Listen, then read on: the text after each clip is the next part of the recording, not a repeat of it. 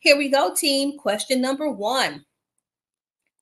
What is the most common site for venipuncture? Is it A, radial artery, B, brachial artery, C, median cubital vein, or D, femoral vein?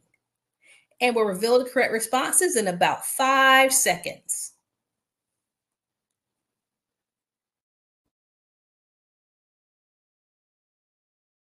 Oh, I see a lot of correct responses coming through. I'm so proud of you. All right, revealing the answer in 3, 2, and everybody said C, and everybody is correct. Absolutely. The median cubital vein is preferred because it's large, close to the skin surface, and has fewer surrounding nerves. So you all got that one correct. Proud of you. Question 2, let's talk about those additives. Which additive is found in a lavender tube top?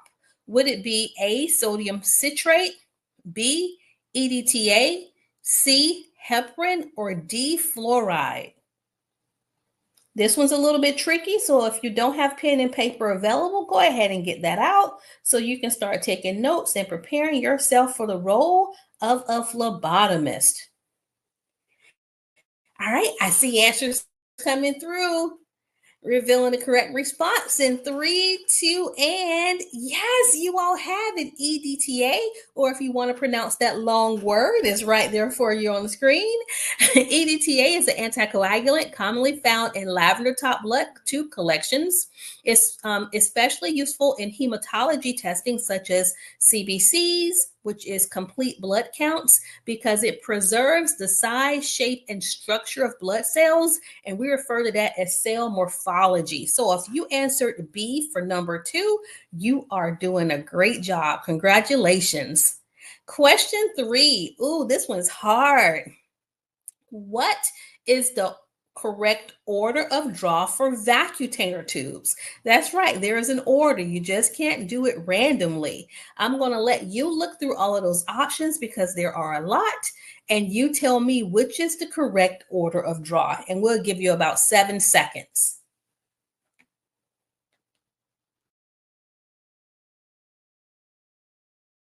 All right, 5, 4, 3, 2, and I see a lot of correct answers, but you all are all over the rainbow on this one. And so a good hint, a good way for you to remember it is that blood cultures are always first. And that's if you have blood cultures. And then after blood cultures will be the light blue tubes. And so that's my only hint for now. Revealing the answer in 3, 2, and if you chose B, you got it. Congratulations, Tina and Reg Ed. So the correct order is a light blue after the blood cultures. And then your serum, which would be your red tops. And this one skipped the yellow one, but green or heparin would be the next one. And then your lavender is your EDTA. And then lastly, your gray, which would be for glucose testing and also for lactose testing. And if you don't remember all of this, that is okay, because you all, we keep these color-coded charts on the back of our ID badges. And so sometimes I can't remember everything. And I am a fan of picking up the phone, calling lab. Hey lab, what color tube does this lab go in? So remember, you're just passing the test, but once you get through taking your certification exam, you have a whole department, an entire team who can assist you. All right, let's go to question number 4. Which of the following is used to clean a site before drawing blood cultures? Is it isopropyl alcohol, hydrogen peroxide, chlorhexidine, or soap and water? What do you think, team? And I'm so happy to have my voice back. The last 2 videos were problematic because I couldn't talk. So welcome back. All right, so Augusta says A, Leonie says A, everybody saying A. And this one was tricky because it didn't say clean a site before a regular lab. It said before a blood culture. And so you all, the correct response is going to be C. I see you, Reg Ed. Yes, it is C. So, everybody, for a regular specimen, you can use alcohol. But if your facility has chloroprep or chlorhexidine for a blood culture, that's what you're going to use instead. So, blood cultures require a more effective antiseptic like chlorhexidine to prevent contamination. Chlorhexidine or chloroprep is often used in combination with alcohol. It is preferred for cleaning the skin before blood cultures because it has residual activity, which means that after it dries, it keeps on fighting the bacteria. So thus it reduces the skin bacteria count and has a broader antimicrobial spectrum than alcohol alone. And so I hope you learned something new about chloroprep, also known as chlorhexidine. All right, question number 5. Why is it important to follow the correct order of draw during venipuncture? A, to speed up the process of collection. B, to ensure patient comfort. C, to use fewer supplies. Or D, to avoid cross-contamination between different tube additives. Why do you have to care about the order in which you collect the blood? And I know this is going to be an easy one for you all. So I'm revealing that answer in 3, 2, and I knew it was easy. I knew you would get it. Amani, Brittany, Tina, and Leonie. Yes, it is D. And so the reason or the purpose for the order of draw is because each tube contains specific additives. So drawing the tubes in the wrong order can cause additive carryover, which may alter test results and lead to diagnostic errors. This is a long one, question number 6. A patient has an IV heparin infusion in the right arm.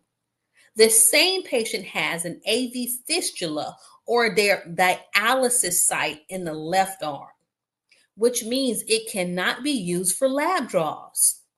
You are asked to draw a PT and a PTT. What is the best course of action? So this patient, you can only draw from the one arm, the arm with the heparin infusing, the right arm. So would you A, draw the sample above the heparin IV line? B, draw the sample from the same arm but far from the IV site? C, draw the sample from the left arm? Or D, consult the nurse or provider before drawing blood from the arm with the IV heparin drip? Oh, this one's tricky. What do you think, team? All right. So Child of God says D. Horphelia says D. Vanessa says D. Miss Bonita and Augusta says D. And guess what, team? You got it. Yes, that is right. So drawing from a limb with a heparin infusion can result in falsely elevated coagulation test results. And so those labs that were being drawn, the PT and the PTT, they are actually coagulation studies. And so if you actually draw that lab with the heparin infusing, you are going to get an accurate test result. So if that were to happen and you see something hanging in the arm that you have to use for venipuncture, you always want to consult that nurse and ask that nurse what should be done. And most of the time, your nurse will either pause the IV or she can call that doctor if she's in the hospital to see if we can get an alternate site. So great job if you knew the answer to that. Question 7. A phlebotomist should remove the tourniquet, A, immediately after needle insertion, B, as soon as blood flow begins, C, after 2 tubes are filled, or D, after all tubes are collected. All right, and I see some correct responses coming through.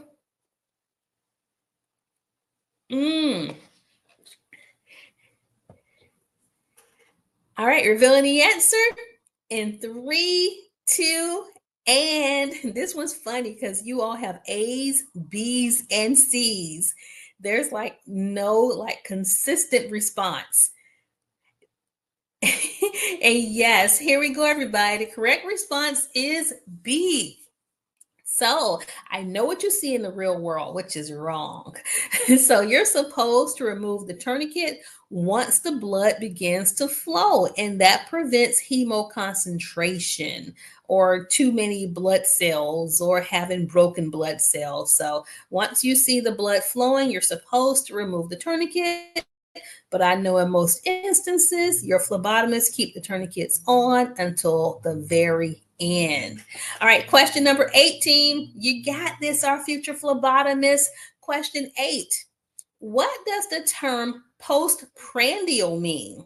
Is it A, after meals, B, before meals, C, before bedtime, or D, after exercise? And I've been teaching you about those prefixes and suffixes. So we may not know what prandial means, but we should know what post means. All right, so give me the correct response in 5 seconds. Ooh, this one's hard. You all are taking your time with this one. All right, revealing the response in 3, 2, and I see a few correct responses. I'm going to tell you who they are. It looks like it is Awful J, Amani, Emma, I missed one, Elaine, and Marjorie. Yes, it is A. Postprandial refers to the period after eating, often used in glucose testing. And so we know that we check the blood sugars before meals, but for those brittle diabetics, or if we want to see if their sugar spikes really high, we will also ask you to check the blood sugar after meals, a postprandial blood sugar check. And so usually you'll see those sugars, if they have uncontrolled diabetes, they'll be really, really high. And that will help the doctor determine how much insulin or how much medications to prescribe to that patient. And so if that was a new term for you, make sure you write it down so you'll know it for your future examinations. Question 9. A new phlebotomist has attempted venipuncture twice on a patient, but was unsuccessful both times. What could she have done differently to improve her chances of a successful draw? A, immediately try a third stick in the same location. B, ask another phlebotomist for assistance or consider alternative sites. C, reapply the tourniquet more tightly to force the vein to rise. Or D, ask the patient to drink water immediately before the attempt. And then, Myla, tonight we have 50 questions.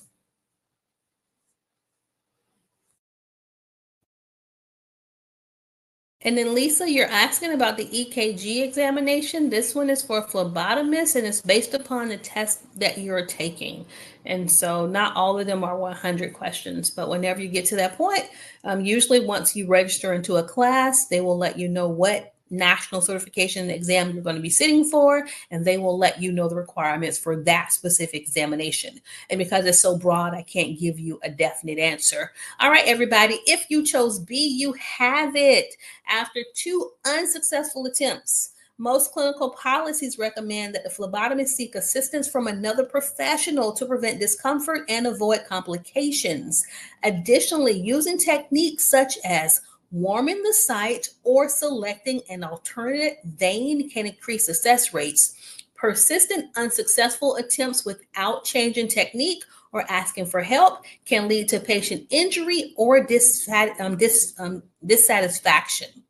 Question 10, and I do see there are a lot of questions coming through, but I have to focus on the questions on the screen, so I will try to go back later and look at the chat. So question 10, which PPE is always required when performing venipuncture on a patient with HIV? Would it be A, gown, B, gowns and gloves, C, gloves only, or D, face shield? And the question isn't written correctly, but it should be which PPE is always required when performing venipuncture on a patient with HIV?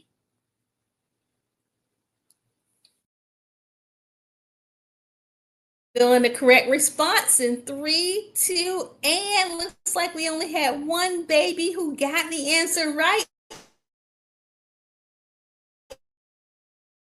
doesn't matter if they have HIV.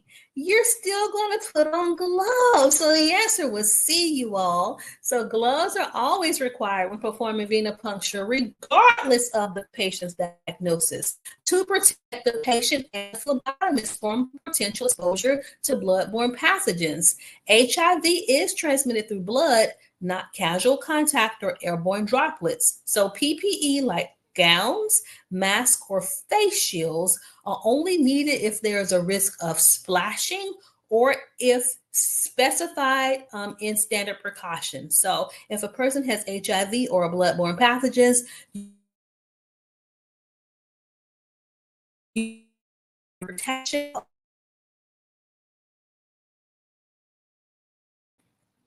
right, question number 11.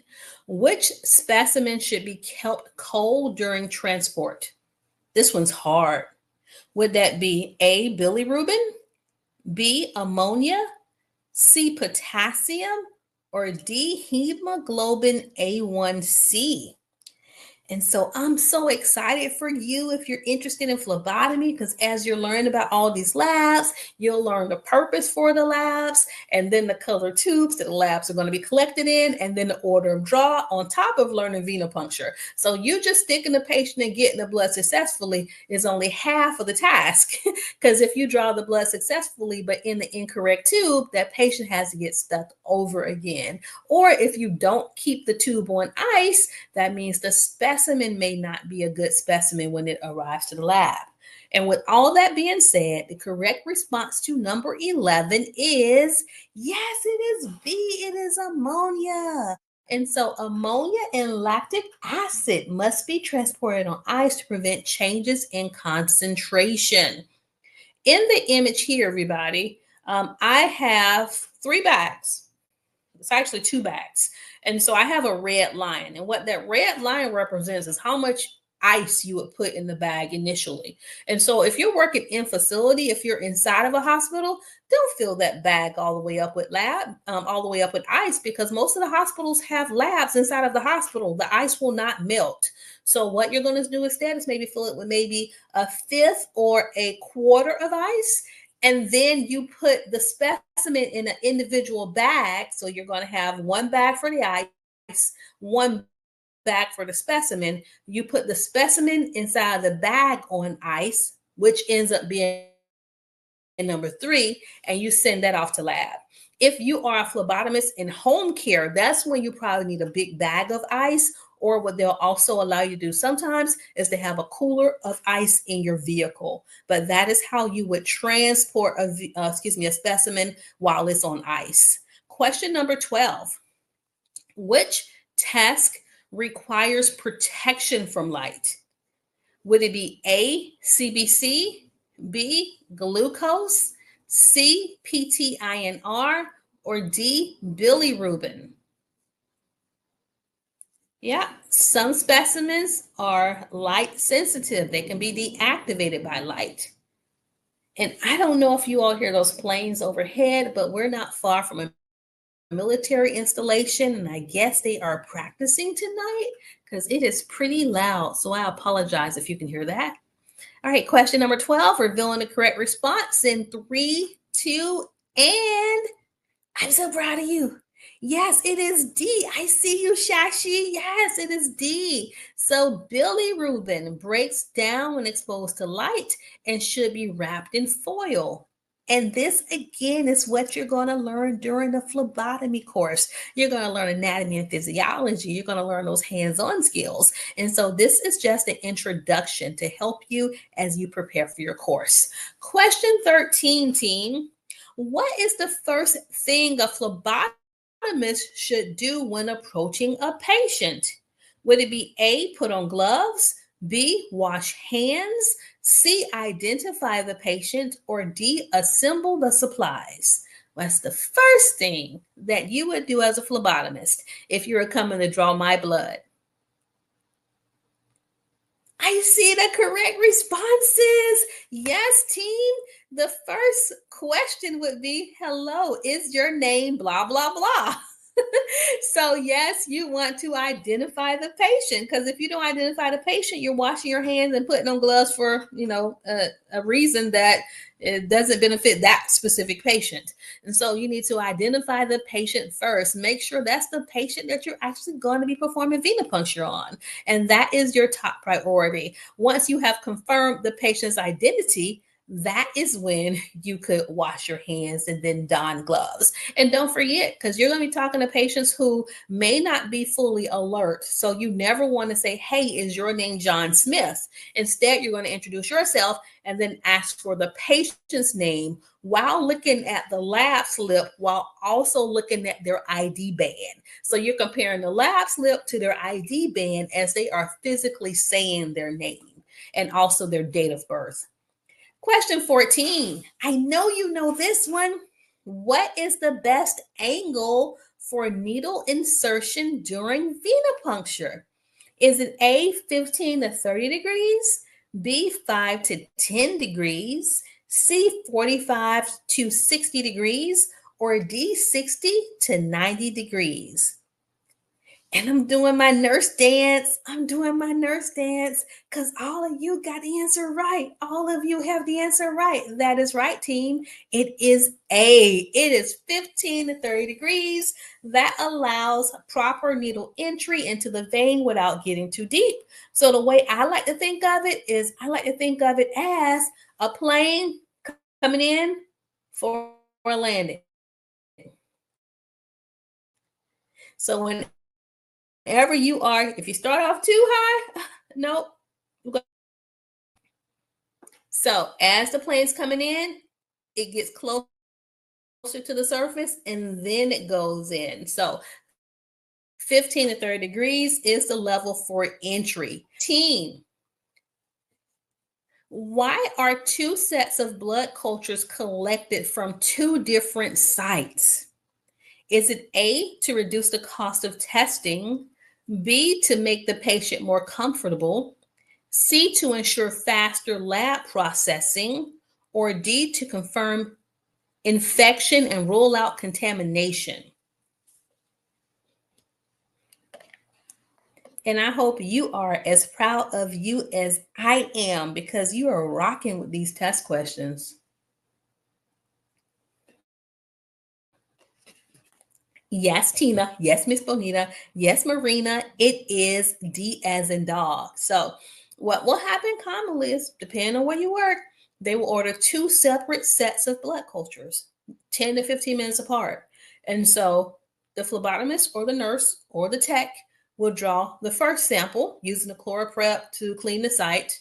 And then 15 minutes later, you have to use a second site. So the person gets stuck twice.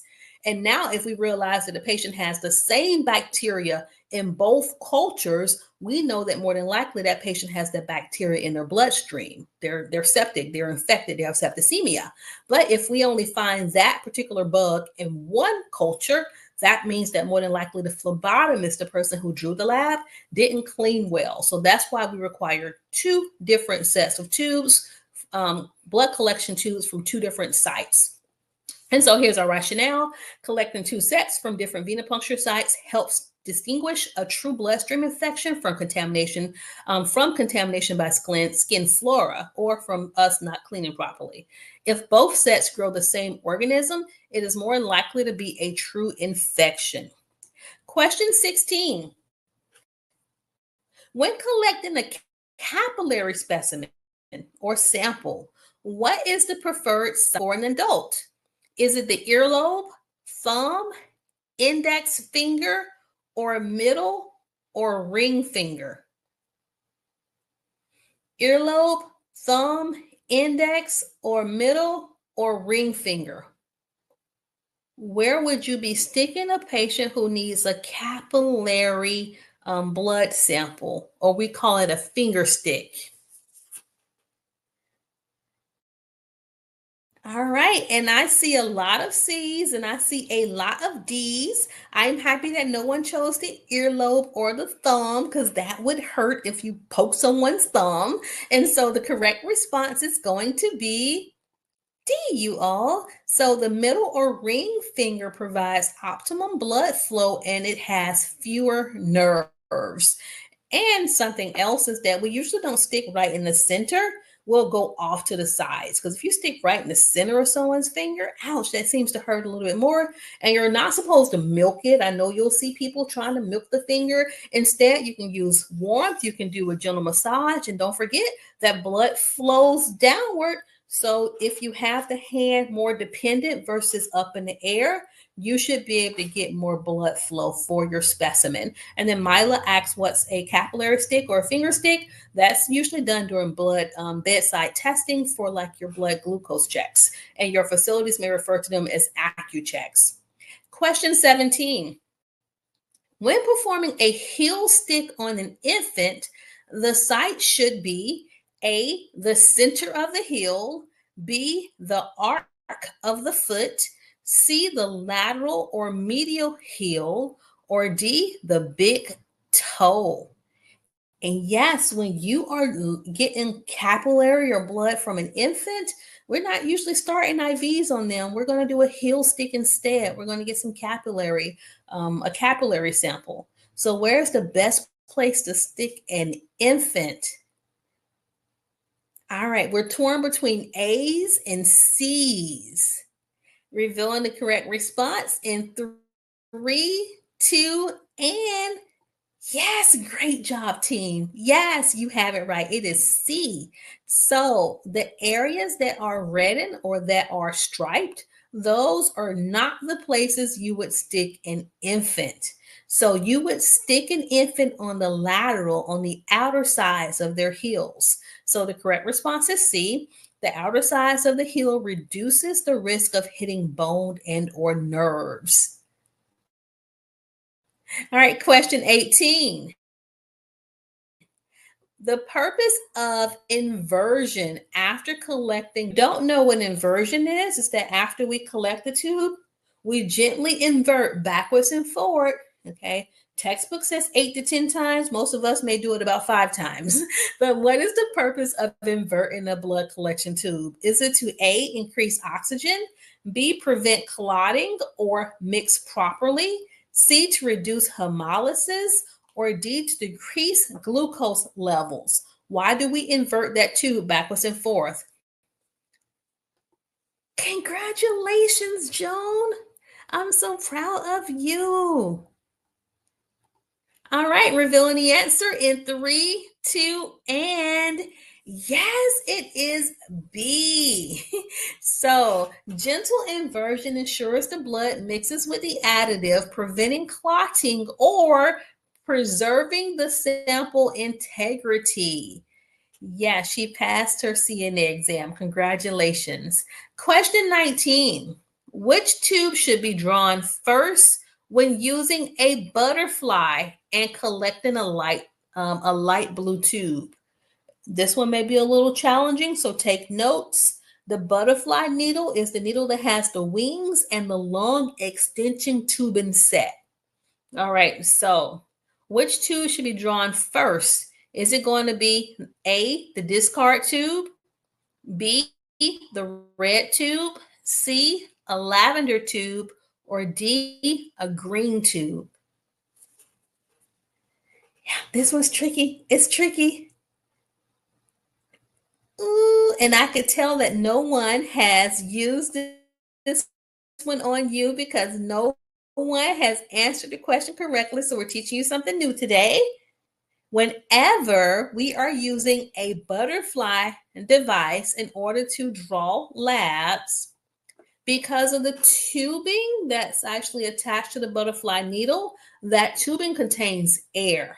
And so your first tube is supposed to be a discard tube because we don't want all that air going into your blood cultures or going into your coagulation studies tube.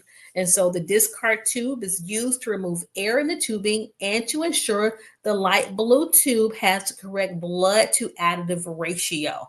And so even though they may not have been doing it, that's what is supposed to be done. And that is recommended by the regulatory body that supersedes or oversees the phlebotomist. Question 20. Which condition requires the use of contact precautions?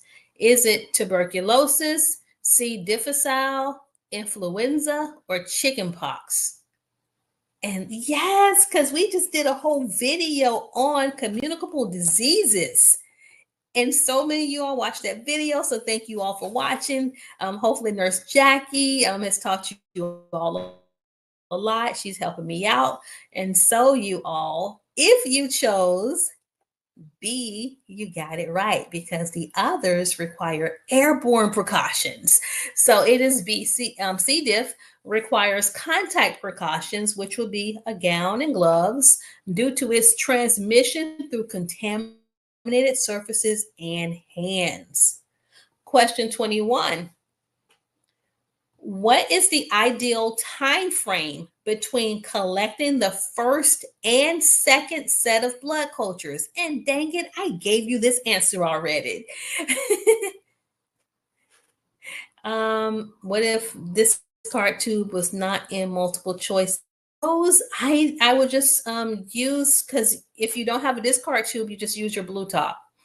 So I would have to see it in a question in order to better answer your question. I apologize. All right. So what is the ideal time frame between collecting the first and second set of blood cultures? Is it immediately, at least 24 hours apart, 10 to 15 minutes apart based on provider's orders, or D, 1 in the morning and 1 in the evening? We're torn between A's and C's. We're half and half. Now I see a D in the mix. All right, for this one, you're all over the rainbow, even though I just gave you the answer. So revealing the correct response in 3, 2, and yes, it is C. So blood cultures are usually collected 10 to 15 minutes apart to increase the likelihood of detecting intermittent bacteremia. Timing may vary based on patient condition or provider instructions. So, yep, if you're collecting the first set of blood for the blood cultures, you don't want to give that to the next person. So you're doing it a few minutes later. You're coming back, and then you're going to do your second set. So they are 10 to 15 minutes apart. Question 22. I know you're going to get this one right. I know you're going to get this right. What does the term anemia mean? Is it A, excess white blood cells, B, low hemoglobin, C, low platelets, or D, high cholesterol? What does the term anemia mean? And we know about our prefixes. So A and means the lack of something. So we know it's not A. It wouldn't be an excess. Revealing the correct response in 3, 2, and yes, team. I see you, Mila. I see you, Tina, and Troy, and Amani. It is B. And so instead of saying low red blood cell count, I put anemia. So the correct response is B. Anemia is a deficiency in red blood cells or hemoglobin, which affects oxygen transport. And so when your patient's anemic, yes, they're going to be weak because the blood cells that carry the oxygen, they aren't there. They're lacking. And so they're going to get winded fast. And so all of that plays a role in how your patient is presenting. So even as a phlebotomist, you have to be wise to the fact that, hey, if I'm drawing these labs, you're going to be correlating these labs to what the patient's diagnosis could possibly be. And no, you don't diagnose. But when you're in the room sticking someone sick, it would make good sense for you to kind of figure out what's going on with them. Even though you may not be able to read the chart, all you get is a lab slip. Question 23. What is the main purpose of using a centrifuge in the laboratory? Is it A, to sterilize blood samples, B, to measure blood pressures, C, to warm blood samples, or D, to separate components of blood? What is a centrifuge used for? And so if you are a CNA and you're working in a hospital, just ask one day, ask the phlebotomist, say, hey, do you think it's possible for me to come down and take a tour of the lab when I'm off? I'm sure they're going to say yes. And then that way you can see all this equipment and you can see what happens after the phlebotomist draws the blood. All right. So for question 23, if you chose D, you got it right. So, a centrifuge is used to spin blood samples at high speeds, causing the heavier elements like red blood cells to settle at the bottom, and the lighter components such as plasma or serum rise to the top. This separation is essential for many types of lab testing. And then, yes, Mila, as a nurse, depending on what hospital you work at, you have to draw blood also. And if you're in the ICU or if you're in the ER, they usually don't call phlebotomy to those units. You have to be able to draw your own blood. Or if you're a CNA working in those units, remember in the hospital, they don't call you a CNA, they'll refer to you as a patient care tech and give you more responsibilities. So if you're a patient care tech working in an emergency department or in the intensive care unit. So question 24, a short draw, meaning you don't have enough blood. A short draw in a light blue tube can result in, is it A, hemolysis, B, elevated glucose, C, clotted sample, or D, incorrect coagulation results? Remember, our light blue tops are for a specific purpose. And if you only half fill it with blood, we call that a short draw. What's going to happen to the specimen? What's going to happen to the results? And everybody has it right. Yes, it is D. A short draw alters the blood to additive ratio, affecting the testing accuracy. So what should you do if your patient is as dry as a prune? You have a couple of options. Like if we know historically, Miss Jenkins is just not the person who's going to give you a lot of blood. One thing to ask your doctor, the provider, or ask the nurse to call the provider to get permission for is maybe using pediatric tubes instead of adult tubes. So you don't require as much blood. So you won't have a short draw. Let's see. Looks like we have good news. Oh, no, Priya. But that's okay, dear, because I know you're going to come back and you're going to come back stronger. I gave my written exam today. Oh, no. And I know you're going to do well because you answer these questions so well. So maybe it's testing anxiety. And so before you take your test again, I want you to research testing anxiety. And if you need the questions read to you, don't be afraid to select the audio test. All right, question 25. Which blood component is responsible for clotting? Is it plasma, platelets, red blood cells, or white blood cells? And Priya, I'm going to put our email address in here. Send us your test results because I am surprised that you were not successful on your first attempt. I'm not going to say that you failed. You just weren't successful in your first attempt. You get to retake your test, but I want to see what areas you need to focus on so I can do a video on that.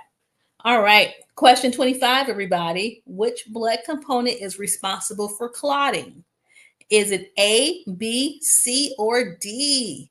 And everybody says B, and guess what? You are right. Yes, the white sticky cells, that's your platelets. So platelets or thrombocytes are essential for clot formation. So if your patient has low platelets, they are at risk of bleeding. All right, and so if you are just tuning in, we have 25 more questions to go, but I want to remind you that we have partnered with Career Step and we offer online phlebotomy courses for those who are in the United States. The coursework is done online, and then our career advisors, they help you find an internship site in your area so that you can complete your hands-on training, which would be part 2. And then part 3, you take your certification examination and you will be licensed for the entire United States. It's a national examination. And so if you're interested, the website is floridacareeracademy.com, and you can reach one of our career advisors by calling 877-225-7151. All right, question 26. After completing a venipuncture, so you finished the blood collection process, what should the phlebotomist do with the used needle? A, recap the needle and place it in a sharps container. B, place the needle directly in a sharps container without recapping. C, leave the needle in the tray for biohazard pickup. Or D, dispose of it in the regular trash if no blood is visible. All right, we have A, we have some B's. Let's give about 5 more people time to respond and revealing the correct response in 4, 3, 2, and we're torn between A's and B's, but we should never recap. So the answer is B. Once you've used that needle, straight into the sharps container. And that helps to prevent needle stick injuries. And again, you never want to recap because that means your finger is on the cap and you can actually accidentally stick yourself. Question 27.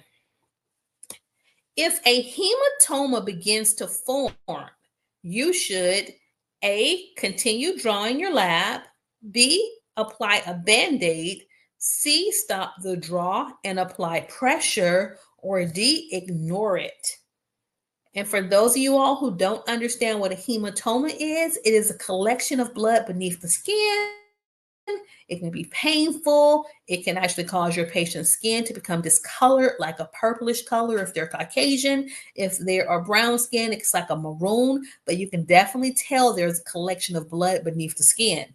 And so while you are drawing blood, a hematoma forms. What should you do? Troy put D. No, Troy, the correct response is going to be C. You're going to remove that needle and apply pressure and then notify the nurse so that we know what happens. And there are just some patients, if they have low platelets and other disorders, which I don't want to mention right now because I'll be giving away future answers, they are going to be at more risk of bleeding or having hematomas. So when you're doing your site selection, you're looking at both of those arms. If you already see a hematoma, that should tell you this person's at risk of hematomas. I need to make sure I have enough gauze and that I am prepared to stay in this room longer and apply pressure. Hey, Qualzam, that is great. You have so many skills. So CNA and phlebotomy tech. All right, question 28. Oh, let's talk about those skills, you all. Look, the robots are taking over. I just hate to say it. So I need for you to do something that the robots can't do. You need to be able to take care of patients right now in whatever role, whatever certification, because even if the robots can change patients, can draw blood, they're not going to have empathy. They're not going to have the customer service skills. And so that's how you're going to be able to set yourself apart and make sure that you stay marketable in a time where a lot of other industries and employees are losing their jobs to AI. So question 28, which instruction should be given to a patient preparing for a fasting blood glucose test? Is it A, do not eat or drink anything except water for 8 to 12 hours? B, eat normally before the test? C, avoid water and food for 24 hours? Or D, drink orange juice an hour before the test?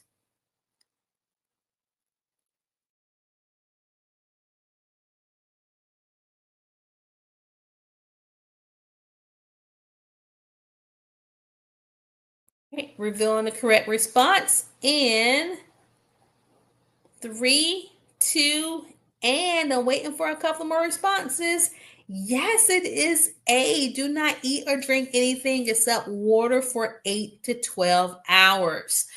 Fasting ensures that glucose levels are not influenced by recent food intake. So, who would require like an overnight fasting blood glucose test? Sometimes pregnant mothers have to do a fasting glucose test, but in your facilities, if you're in a nursing home, some cholesterol test, or maybe we're checking to see if somebody has diabetes or what the level of their levels, what the range of their diabetes, their levels have been for like the last 3 months, they may require a fasting test. And then in the comments, so it's a little bit distracting because I know you all are helping each other. So how many of you all think we need to have our own Facebook group so that you all can actually communicate with each other offline, off of YouTube? If you think that's a good deal or a good ideal, I want you to give us a thumbs up because I do have a Facebook group. I just don't ever post in it. So you would hold me accountable to helping you so that you can help each other. So if you think we need a Facebook group, put 1 in the chat area. And if I get 21s, I will open up that Facebook group to the public. All right, question 29. What is the function of the pulmonary vein? This one's tricky. You have to know about circulation. You got to know about those arteries and those veins. So, what is the function of the pulmonary vein? Is it A, carry oxygenated blood from lungs to heart? B, carry deoxygenated blood from body to lungs? C, carry blood to the liver? Or D, carry blood to the brain? And I want to give you a hint. The pulmonary vein is one of two veins that carries oxygenated blood instead of deoxygenated blood. So this is a vein that works in reverse. Usually veins have deoxygenated blood, but not the pulmonary vein. The pulmonary vein is so close to the lungs and the heart until it actually is A. Yes. So the pulmonary vein returns oxygen-rich blood from the lungs to the heart. The pulmonary veins are the only veins in adult circulation that carry oxygenated blood.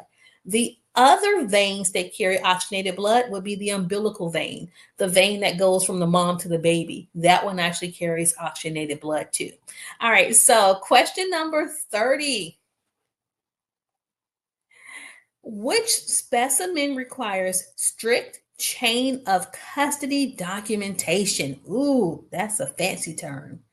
Chain of custody documentation. Would that be a blood culture, an HIV test, a drug screen, or a glucose level?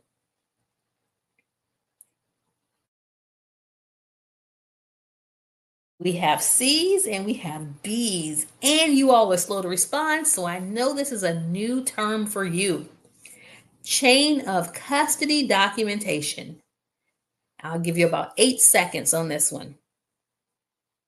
7, 6, 5, 4, 3, 2, and yes, Qualzam. Yes, Akula and Kay, and Miss Bonita and Marjorie. It is C. So we don't need chain of custody for HIV tests. We need those for drug screens. Imagine someone who was just in a motor vehicle accident that possibly caused injury or death. And now we have you in the lab drawing the lab results, the toxicology exam. So drug screens must be tracked precisely to ensure results are valid and legal. Chain of custody refers to the documented and unbroken process of handling, collecting, transferring, storing, and testing a specimen from the moment it is collected until the final result is reported.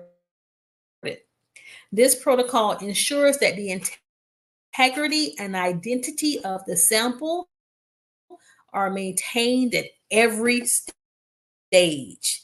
All right, we're going to question number 50. We're almost there. Question 31, team. On the thumb side, B, near the center of the arm, C, in the wrist, or D, on the pinky side. And we did not get a lot of responses about the Facebook group. I only saw one thumbs up. And so I will not give myself additional work by having a Facebook group. So if at a later time you think it's a good idea, you all can just email us at admin@fltraining.com, say Facebook group, and I will send you the link. And those first people can help be the moderators. All right, revealing the correct response in 3, 2, and 1. I know this one's tricky, but in order for you to be a phlebotomist, you have to know the location of your veins. You have to know anatomy and physiology. And so the basilic veins run along the medial or pinky side of the body and lies near its arteries and nerves. So it is D. And so the basilic vein is on the inner aspect of the arm. If you can't remember that, just sit with your palm up, and with your palm up, trace your pinky up, and that is where the basilic vein runs, from your pinky all the way up your arm. That would be the basilic. Question 31. The maximum time a tourniquet should remain on, is it A, 30 seconds, B, 60 seconds, C, 2 minutes, or D, 5 minutes? You all if you do D, that patient for real. Our tourniquet is a temporary tourniquet. We're not trying to decrease circulation long term. So, of course, it's not D. So, is it A, B, or C?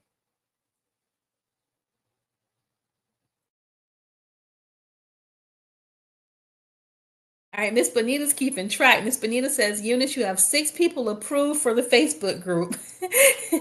All right, Miss Bonita, I won't forget. I will go ahead. We only have 4 more people that's needed. Revealing the correct response in 3, 2, and if you chose B, no longer than 1 minute, 60 seconds is all you get. So my recommendation is you meet, you greet, you do your vein selection after your hands are clean, your gloves are on. And then once you have to put a tourniquet on sometimes to figure out what vein you're going to be sticking. Then you release the tourniquet, prepare all your equipment. You can go back and clean the site, put the tourniquet back on again. So you can reapply the tourniquet, but you're not supposed to keep the tourniquet on for longer than your results. Question 33. What gauge needle is commonly used for routine venipuncture? Is it A, 16 gauge, B, 18 gauge, C, 21 gauge, or D, 27 gauge? That's right. You get to pick the needle size. So if your patient's mean to you, still choose the right needle size. Don't get the bigger needle. All right, revealing the answer in 3, 2, and that's right, Kay. That's right, Troy and Judy. It is going to be a C21 gauge. That is the common size. So a 21 gauge needle is standard for adult venipuncture. It allows blood flow, but it does not cause a lot of pain to your patient. And with the needles, it's actually opposite. So the smaller the number, the larger the gauge. And so a 16 gauge is huge. An 18 gauge is what we use for like blood transfusions. A 20 gauge is average for IV infusions, but if all you are doing is collecting blood via venipuncture, a 21 gauge would suffice. So 21 gauge is the most common for you all. Question 34. Ooh, what does CLSI stand for? And I'm going to sip some water while you look at those particular options, A, B, C, or D. What does CLSI stand for?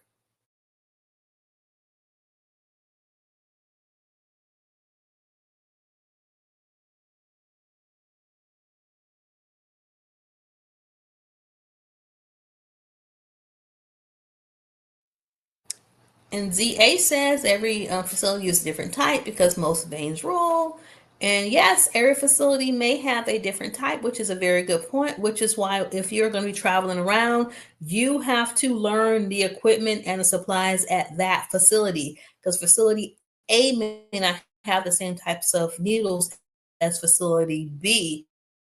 And all your patients are going to say they're a hard stick, which some may be. And no, not all patients' veins roll because I've been a nurse now for a couple of decades, and not every patient's vein rolls. You have to know how to anchor the vein. And if you can anchor and stabilize the vein, that's going to prevent it from moving on you. So, question 34, the correct answer is A. Yeah, so CLSI is let me go back one slide, the Clinical Laboratory Standards Institute. And that is the organization that provides the guidelines for lab and phlebotomy practices. Question 35. A phlebotomist needs to draw blood from a patient who has an IV in the left arm. What should a phlebotomist do? It didn't say anything about the right arm, okay? So what should you do? A, draw blood from above the IV site. B, use the same arm below the IV site without notifying the nurse. C, ask the nurse to turn off the IV and draw blood above the site. Or D, use the right arm or another site if available.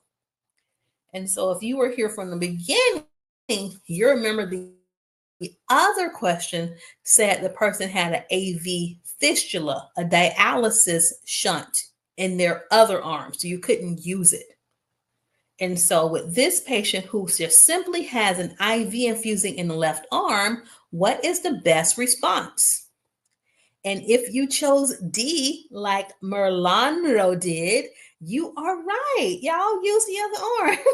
So sometimes in your facilities, there will be signs overhead saying, hey, you can't use the left arm, you can't use the right arm. If someone's had a mastectomy or breast removal, sometimes they take the lymph nodes from the arm. And if they take the lymph nodes, well, that affects the circulation of the fluid. And so if they took the lymph nodes from the right arm, well, then you can't use the right arm. If they have burns or scar tissues or AV fistula, you can't use that affected extremity. But in this particular question, it didn't say any of that. It just said they had an IV in one arm. Well, you go look at the other arm and say, hey, Miss Nancy, I'm blah, blah, blah. I'm from Phlebotomy. I'm here to verify your name and that you have this test. Is it okay if I use your left arm or the opposite extremity? And if that patient doesn't say otherwise, and or if that nurse doesn't have a sign over the bed saying you can't use it, go ahead and use it. But when in doubt, ask your nurse. Question 36. Feigning. Oh, good question. Myra just made a very good point. Whenever someone has fluids infusing, you never want to go above the IV site.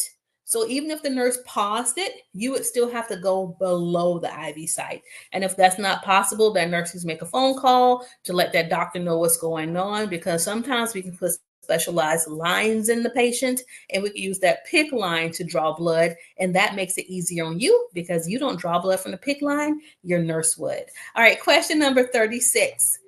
Fainting during a blood draw is called A, hemolysis, B, syncope, C, petechiae, or D, cyanosis.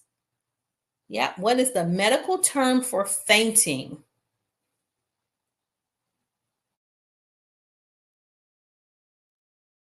So proud of you. I see you. So proud of you. Yes, it is syncope. It is B. So syncope is the medical term for fainting due to a temporary drop in blood pressure or anxiety. And yes, your patients can have syncopal episodes while you are drawing blood, which is why all phlebotomists also need to know how to perform CPR, just in case, and also learn first aid. Question 37.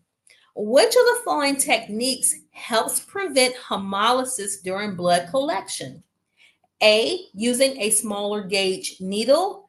B, shaking the tube vigorously. C, allowing alcohol to dry before venipuncture. Or D, drawing blood too slowly. Which prevents hemolysis, the breakdown of blood cells? All right, revealing that answer in 5 seconds. In 5, 4, 3, 2, and oh, yes, if you chose C, you have it. And so letting the alcohol dry prevents it from entering the sample and damaging the red blood cells, thus reducing hemolysis.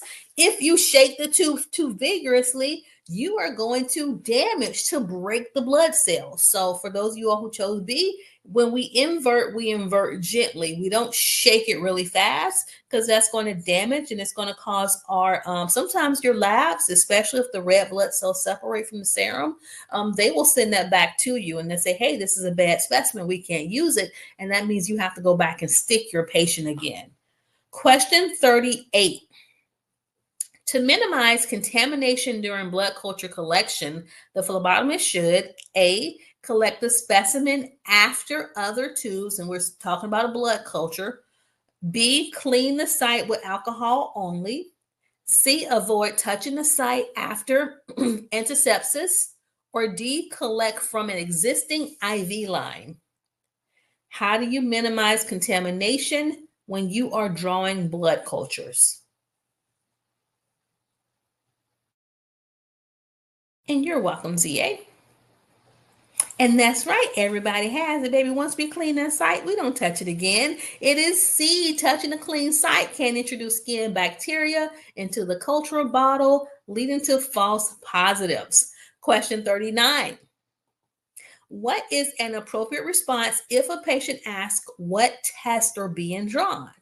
Is it A, I don't know, B, ask your nurse or doctor, C, let me show you your chart, or D, I can tell you which tests are ordered? All right, I know you're going to get this one right. What separates you from a computer? Revealing the correct response in 5, 4, 3, 2, and 90% of you all answered this one correctly. It is D. Yes, as a phlebotomist, you may have a lab requisition slip that has 5 different labs on it. I'm just bringing you my doctor's order. You can tell me what he's drawing. Hey, he's drawing a BMP, a CBC. He needs a urine culture. You can't tell me anything else, but you can at least tell me what's on that requisition. Be knowledgeable of your profession. And so phlebotomists can review the lab requisition form and inform the patient of the test being collected, but they should not interpret or explain the reason behind the test. That falls outside of the scope of practice. Referring the patient to the provider is appropriate and a professional response, but you can at least tell them what test the doctor ordered because you do have that information in front of you. Question 40, and this one's a long one. You arrive at a nursing home to collect a blood sample from a resident. The patient appears confused and is not wearing an armband or any visible form of identification. What should you do next? A, proceed with the draw and label the specimen with the name provided by the nurse. B, ask the patient to confirm their name and proceed if they agree. C, delay the collection and notify nursing staff to properly identify the patient before drawing. Or D, draw the blood and label as unidentified nursing home resident. Who, if you do D, I think I'm going to see you on the news. So don't do D.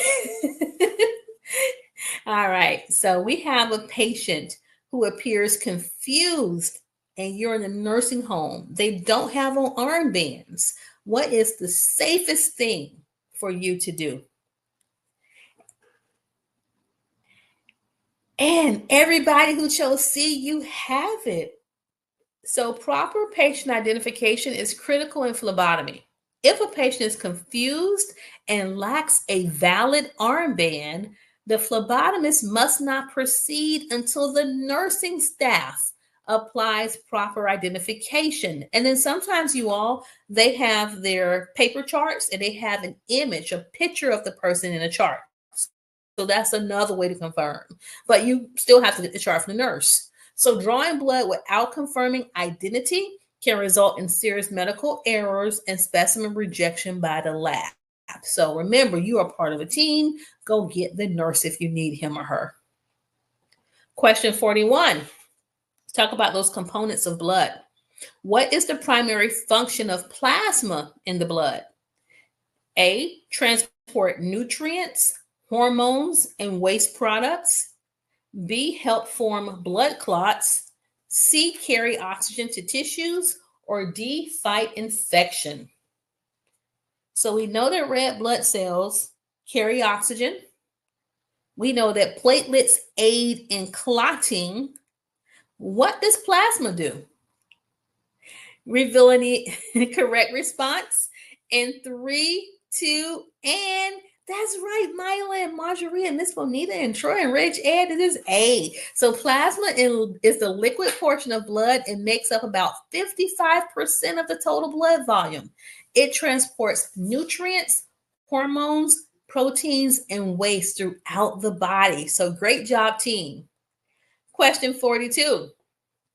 What is the proper way to clean up a blood spill that contains broken glass? A, use gloved hands to pick up the glass and wipe with paper towels. B, use a brush and dustpan to pick up the glass, then disinfect the area. C, mop the area with bleach before removing the glass. Or D, sweep the glass into a corner and alert housekeeping. All right, we're going to give you about 5 seconds on that one. And Mila, it won't be scary. Life happens. You're going to drop things. And when it does drop, because you went to phlebotomy class, you're going to understand what to do when things break. And we're torn between A's, B's, and C's. We have the whole rainbow. So revealing the correct response in 3, 2, and you're going to have a whole class on how to handle bloodborne pathogens and how to clean up spills.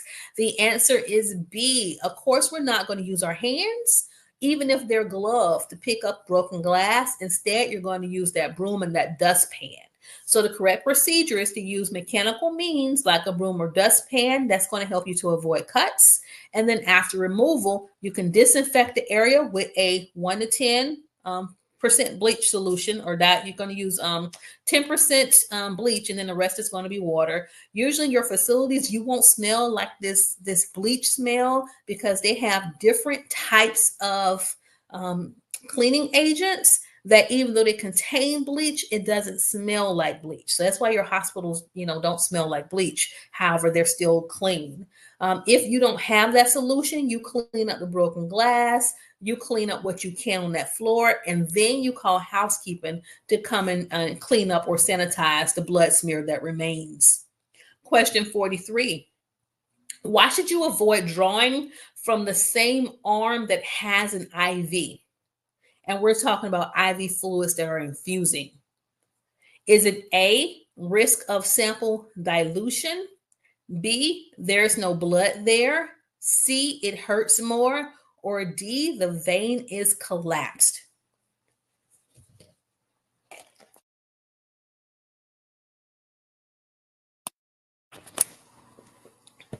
So many of you all have the right answer.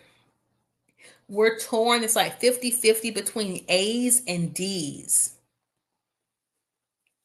And so let me remind you that if a patient has fluids infusing, that vein should not be collapsed because of the fluids. It should be nice and supple and full. So the answer is not D. So if you chose D, I want you to think about that again. If we have a bag of normal saline or sodium chloride hanging, those fluids could actually dilute your blood sample. So the correct response is A.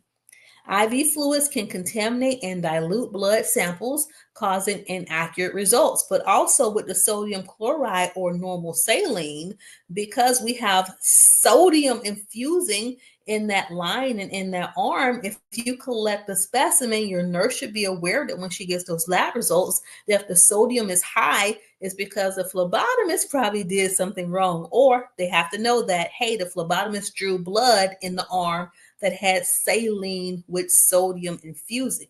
So that can cause a false high reading for the sodium level. So for everything you do, how they say there's an equal and opposite response. So if there is fluids infusing and that's the only arm that you can use, as we said in our other slides, you're just going to ask the nurse if she can pause the fluids for a little bit. And if the nurse refuses to pause the fluids, you would actually stick the patient below the IV site. Question 44. Under what circumstances is it acceptable to draw blood from a foot or ankle vein? That's right. Veins are just not in the arms and the hands. They also go down to the feet. So would it be A, when the arm veins are difficult to locate? B, only with a physician's written order? C, anytime the patient prefers it? Or D, when drawing a fasting glucose test? I've only had to use the feet a few times as a nurse. But if you look at your feet right now, I bet you will see some supple veins because you're well hydrated. And so sometimes we have to use a foot. And yes, you are correct. We got to have a doctor's order because that is non-conventional.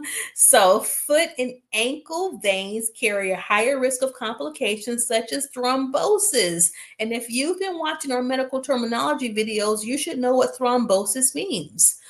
They should only be used with a physician's approval, which needs to be in the chart and you need to see it. especially in patients with diabetes or circulatory issues. So thrombosis, everybody, can someone put that in the comments? What does thrombosis mean? And then we'll go to our next question. All right, waiting for a response. I know, pull it forth, pull it forth. It's okay, Tina. All right, giving you about 10 more seconds. What does thrombosis mean? I know that you know this, team. Yes, Mila. Thrombosis is a blood clot. That's right. So if somebody has, and Elaine put it there too, and Marjorie put it also, if we start using those foot and those ankle veins, we're putting our patients at risk for a blood clot. All right, question 45. What is the purpose of the bevel on a needle? Is it A, prevent clots, B, increase pain, C, aid in vein penetration, or D, stop bleeding? Why does a needle have a bevel?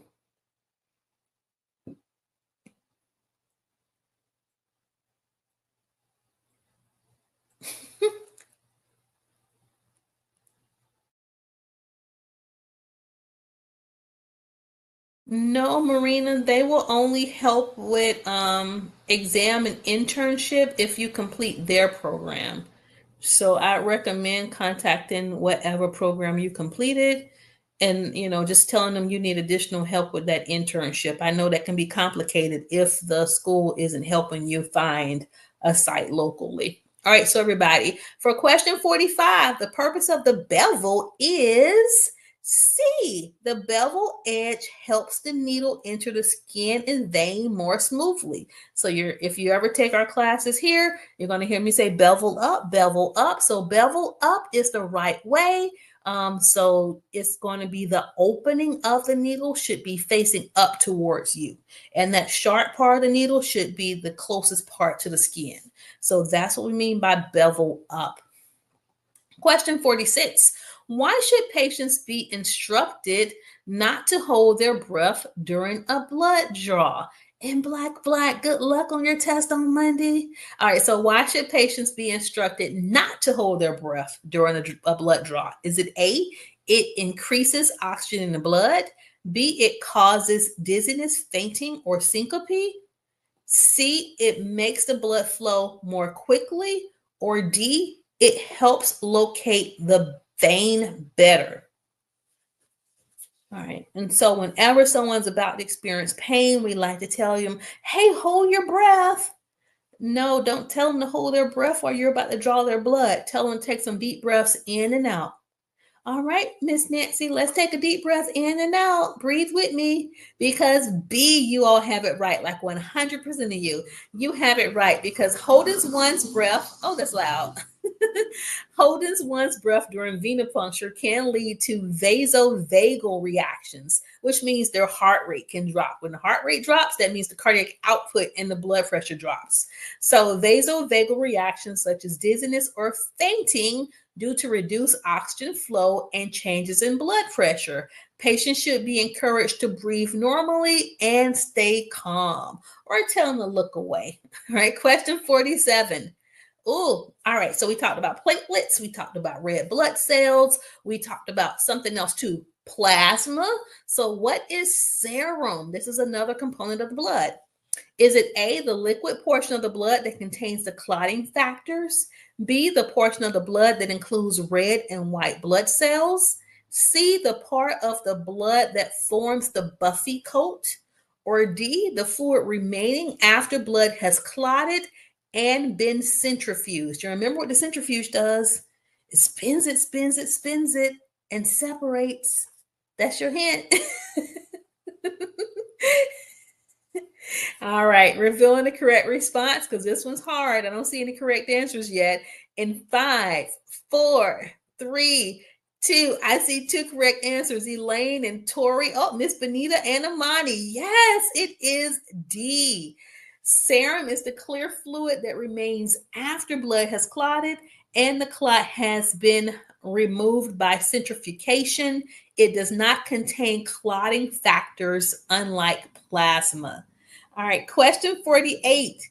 We're almost done with our 50 questions. I am so proud of you. And if you have not liked, shared, or subscribed, go ahead and do so. We're so close to 1 million subscribers. And we have another nurse on the team, Nurse Jackie. So Nurse Jackie comes on every Monday and she does the CNA exam prep at 7:30 p.m. Eastern Standard Time. But she's actually in Chicago. And then on this Saturday, Saskia will be here translating our videos from English to Haitian Creole. And someone asked, well, Eunice, why don't you do the videos in Spanish? It's not because I haven't been trying to, it's because I don't have a Spanish translator yet. So if you think you know of somebody who understands basic medical terminology, who would be a great addition to our team, tell them to send us a resume to admin@fltraining.com. And for question 48, how long should pressure be applied to the venipuncture site after drawing blood? Is that going to be 5 seconds, 30 seconds, 50 seconds, or until the bleeding has been controlled? Think about these different patients and all of their conditions. How long do you apply pressure for? That is right, Marjorie and Lois. As long as it takes. The answer is D. Look, there's no specified time. That patient could have been on an anticoagulant. That patient could have some other medical conditions. And so you're not going to say 10 seconds, 15 seconds, or 30 seconds. I'm going to keep holding pressure until it's not bleeding. So pressure should be applied into the site until the bleeding has completely stopped, which is generally 1 to 3 minutes. Failing to do so increases the risk of hematoma, bruising, or continued bleeding, especially in patients on blood thinners. And thank you, Amani, for sharing the videos. Question 49, team. Which of the following conditions can increase a patient's risk of prolonged bleeding after venipuncture? That's right, you got to know some anatomy and physiology. So is it going to be liver disease and a low platelet count? Hypertension, asthma, and diabetes, arthritis, anemia, and high blood pressure, or obesity, dehydration, and anemia? Which conditions increase the risk of bleeding?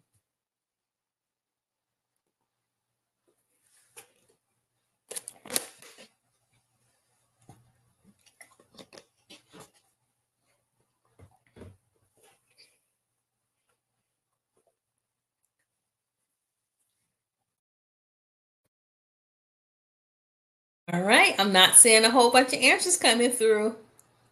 Revealing the correct response in 3, 2, and Mila, Awful J, Black, Thick and Sexy, Ridge, Ed. Okay, it's a lot of you all now.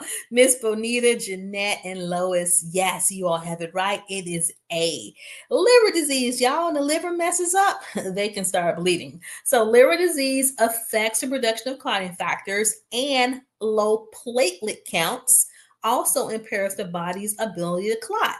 Both conditions significantly increase the risk of prolonged bleeding after venipuncture. So remember, you walk in the patient's room, petechiae would be like little red blotches, hematomas, thin skin. You see any of that?